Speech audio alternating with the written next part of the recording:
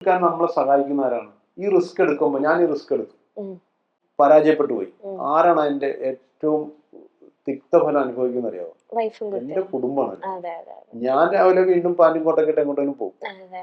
അവര് ആ സമൂഹത്തിൽ ജീവിക്കുമ്പോൾ ഉണ്ടാകുന്ന ഒരു സ്റ്റാറ്റസിൽ ഉണ്ടാകുന്ന ഇടിവ്, ഉം.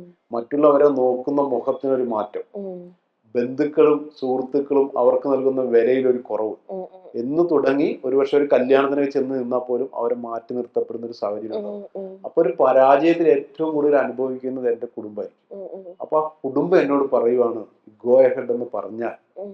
അങ്ങനെ ഒരാളുണ്ടാവുക, അങ്ങനെ ഒരു കുടുംബം ഉണ്ടാവുക എന്ന് പറയുന്നത് ഭയങ്കര അനുഗ്രഹം. ഉം. ഉം. ഉം. അപ്പൊ അതുകൊണ്ട് ഏത് ബിസിനസ്സുകാരനായാലും ബിസിനസ്സുകാരിയായാലും കൂട്ടത്തിലുള്ള പാർട്ണർ കല്ലുപോലെ നിൽക്കണം. പതറാതെ നിക്കണ. ബാക്കി ഞാനുണ്ടെന്ന് പറഞ്ഞാൽ മതി അല്ലെ? അതെ, ആ ഒരു വാക്ക് ആ ഒരു കേട്ടാ വാക്കിന്റെ മതി. പിന്നെ അങ്ങ് പോവല്ലേ. ഓക്കെ, ചേച്ചി അങ്ങനെ തന്നെയായിരുന്നു ഫുൾ അങ്ങനെ തന്നെ. ടൈം. ഞാൻ ചിലപ്പോ ചില പ്രാന്തൻ ഐഡിയ ഒക്കെ പറയും. ആ ആ ഞാൻ വെറുതെ ടെസ്റ്റ് ചെയ്യാൻ വേണ്ടി പറഞ്ഞു നോക്കും. ആ ആ. എനിക്ക് തന്നെ അറിയാം വിജയിക്കാൻ വേണ്ടി. അപ്പൊ എന്നോട് ചോദിക്കും, തോന്നുന്നുണ്ടോ രക്ഷപ്പെടും തോന്നുന്നോ? രക്ഷപ്പെടാൻ സാധ്യത എന്നാ പോന്നെ, നമുക്ക് നോക്കാന്നേ ഓക്കെ എന്ന് പറയുമ്പോൾ നമുക്ക് കിട്ടുന്ന ഒരു പവർ ഉണ്ട്. ഓക്കെ അത് എല്ലാവർക്കും വളരെ പ്രധാനപ്പെട്ടതെന്നാണ് എനിക്ക് തോന്നുന്നത് കേട്ടോ. ഓക്കെ.